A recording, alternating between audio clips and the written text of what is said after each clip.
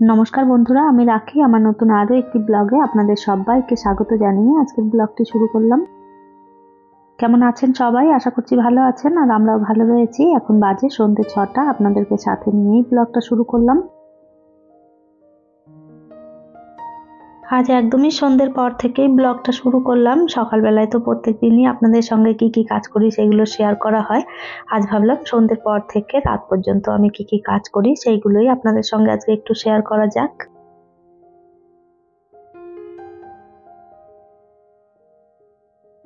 বিকেলবেলায় ড্রেসটা চেঞ্জ করে একদম ছাদে গিয়েছিলাম, কিছুক্ষণ সময় কাটিয়ে এসেছি। তো সেই জন্য ওই ড্রেসটা কাঁচা ধোয়া ছিল, সেই জন্য এটা পরেই সন্ধে দেখাতে বসে পড়লাম। আর সন্ধে দেখানোর সময় ড্রেসটা চেঞ্জ করতে হয়নি। আর এই যে শীতকালে কিন্তু আমি প্রায় দিনই এটা করে থাকি। আর শীতের সময় সন্ধ্যাবেলায় কাপড় চেঞ্জ করে সন্ধ্যা দিতে কিন্তু ভীষণই অসুবিধে হয়। সেই জন্য একদম দুপুরবেলায় খাওয়া দাওয়া করার পর যে কাপড় জামাটা আমি পরে থাকি সেই ড্রেসটা চেঞ্জ করে দিয়ে একটা ধোয়া কাচা ড্রেস পরে থাকি। আর সেভাবে তো ঘর থেকে কোথাও বেরোনো হয় না, আর হাত পাটা ধুয়েই তারপরে সন্ধ্যেটা দেখিয়ে দিই। সন্ধ্যেটা দেখানোর পর বিবেককে কিছু খেতে দেওয়া হয়। তো ওই যে আজকে কেক দিয়েছি, আর এই যে দিলাম এখানে একটু বনবিটা, আর এখন এটাই ও খেয়ে নেবে। আর খেয়ে দিয়ে তারপরে ও পড়তে বসে পড়ে, আর আমার যে কাজগুলো থাকে সেগুলো আমি করতে থাকি।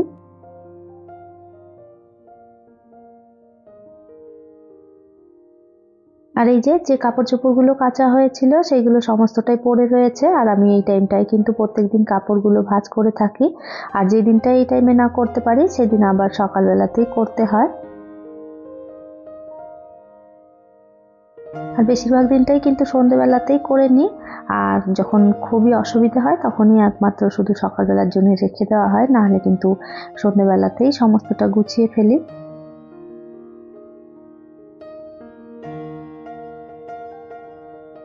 প্রতিদিনেরই এত এত কাঁচা। এই যে আগের দিন যে সমস্ত জিনিসগুলো, ডাইনিং টেবিলের কভার, তারপরে সোফার কভার যেগুলো তুলেছিলাম সেগুলো সমস্তটা কাঁচা হয়েছে। আর ওই জন্যই এতগুলো জামা প্যান্ট জমা হয়েছে।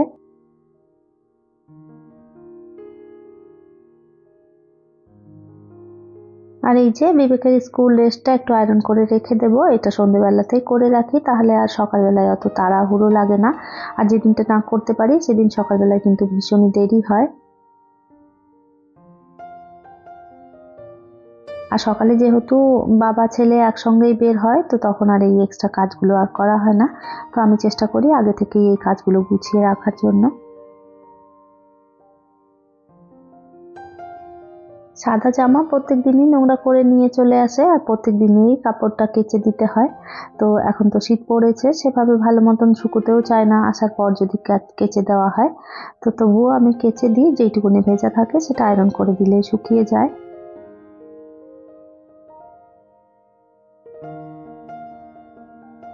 এই মুহূর্তে আপনারা যারা আমার ভিডিওটি দেখছেন প্লিজ একটি লাইক করে দেবেন, আর আমার ভিডিওর কোনো অংশ যদি আপনাদের ভালো লেগে যায় কমেন্ট করে জানাতে ভুলবেন না। আর এই ধরনের ভিডিও আপনারা আরও দেখতে চাইলে চ্যানেলটিকে সাবস্ক্রাইব করেও রাখতে পারেন। কাজটি অলরেডি যারা করে রেখেছেন তাদের অসংখ্য ধন্যবাদ। ওইদিকে সমস্তটা গুছিয়ে রেখে এরপরে চলে এলাম কিচেনে। আর এরপরে এই যে কিচেনে এসে রাতের রান্না জোগাড়টাও করতে হবে। রাতে তো রুটিই হবে, তো সেই জন্য আর কি আটাটা মাখতে এসে দেখলাম একটু আটা নেই, সবটাই শেষ হয়ে গেছে। তো ভাবলাম এটাই আগে ঢেলে নিই। আর এইবার আর 5 কেজির আটার প্যাকেট পাওয়া যায়নি, তো ওই জন্য ছোট ছোট 1 কেজি করে প্যাকেট নিয়ে এসেছি 3-4টে। আর এই যে একবার ঢেলে রাখলেই ঝামেলাটা চলে যায়, ছোট ছোট প্যাকেট হলে বারবার ঢালতে হয়। আর ওই জন্যই আমি প্রতি মাসে একটা 5 কেজির বড় প্যাকেট নিয়ে চলে আসি, ওটা একবারে ঢেলে দিলে ঝামেলা চলে যায়।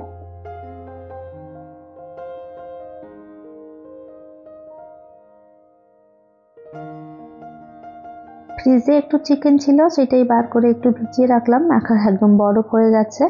আর আজকে রান্না করব হচ্ছে চিলি চিকেন আর রুটি। ওইদিকে তো মাংসটা জলের ভেতরে ভিজতে দিয়ে দিয়েছি, আর এইদিকে যতক্ষণ ওটা ভিজে নরম হচ্ছে ততক্ষণ মশলাটাও করে নিলাম।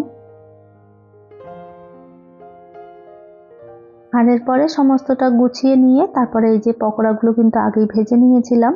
আর এরপরে এই যে বসিয়ে দিচ্ছি, তেলের মধ্যে একটু রসুন কুচি দিয়ে দিলাম, আর এরপর দিয়ে দিলাম একটু বড় বড় করে পেঁয়াজটা কেটেছিলাম, পেঁয়াজ আর ক্যাপসিকাম দুটোই একদম দিয়ে দিলাম। আর এটা খুব বেশি ভাজার দরকার নেই, মোটামুটি একটু লাল হলেই হয়ে যাবে।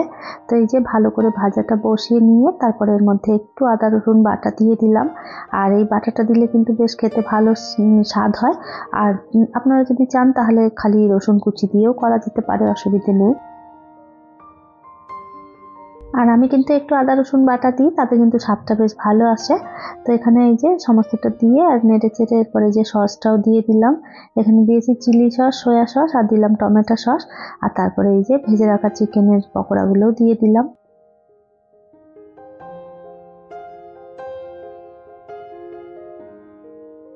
চিকেনটা একটু ভালো করে নেড়ে চেড়ে তার মধ্যে একটু জল দিয়ে দিলাম। আর এরপরে এর মধ্যে দিয়ে দেবো একটু কর্নফ্লোর। তো ওই যে একটু থিকনেসটা বাড়ানোর জন্য আর কি কর্নফ্লোরটা একটু গুলে দিলাম, তবে বেশি কর্নফ্লোর কিন্তু আমার ভালো লাগে না, তো সেই জন্য আগে থেকে একটু জল দিয়ে দিয়েছিলাম।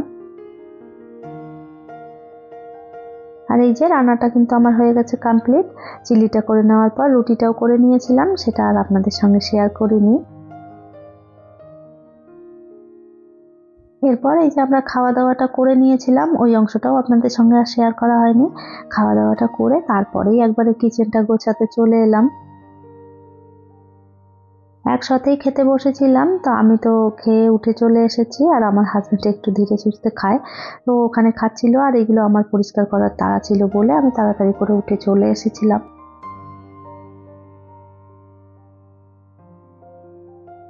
খাওয়া দাওয়া করে নিয়ে তারপরে আমি প্রত্যেক দিনই কিন্তু কিচেনটা পরিষ্কার করে তারপরেই আর কি ঘুমোতে যাই।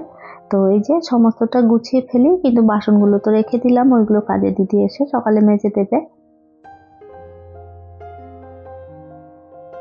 বাসনটা রেখে শুতে যাওয়া কিরকম একটা অস্বস্তি বোধ হয়, কিন্তু কিছু করার নেই, যখন কাজের দিদি রয়েছে তো সে এসে সকালবেলায় ধুয়ে দেবে, সেই জন্য আমি আর কষ্ট করে ধুলাম না।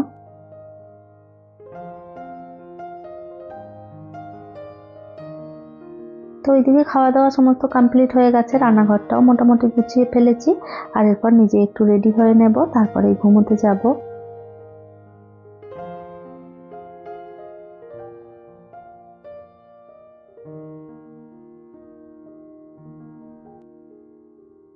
আর এই তো একদম ফ্রেশ হয়ে নাইটিটাও চেঞ্জ করে নিয়েছি।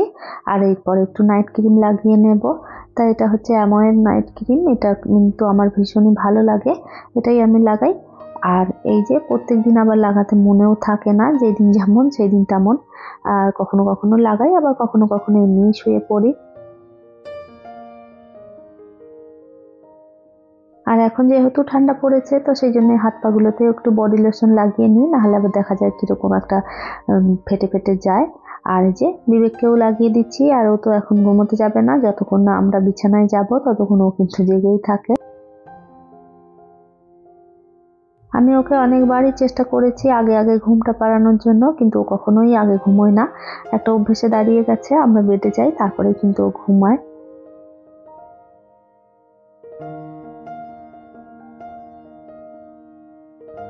বিবেক কিন্তু বিছানাটা ঠিক করেছে, আমাকে বারবার করে বলছিল যে বন্ধুদেরকে দেখাও আমি কেমন বিছানা গোছাতে পারি। আর দুঃখের বিষয়, আমি ভিডিওটা করতে গিয়ে কিন্তু অন করতেই ভুলে গিয়েছিলাম, তো সেই অংশটা বাদ চলে গেছে, দেখাতে পারিনি। বিবেক কেমন বিছানা গুছিয়েছে আপনারা কমেন্ট করে অবশ্যই জানাবেন। তাহলে চলুন, আমার আজকের ভিডিওটা এই পর্যন্তই, ফিরবো নতুন ব্লগ নিয়ে। ততক্ষণের জন্য সবাই ভালো থাকবেন, সুস্থ থাকবেন। গুড নাইট বন্ধুরা।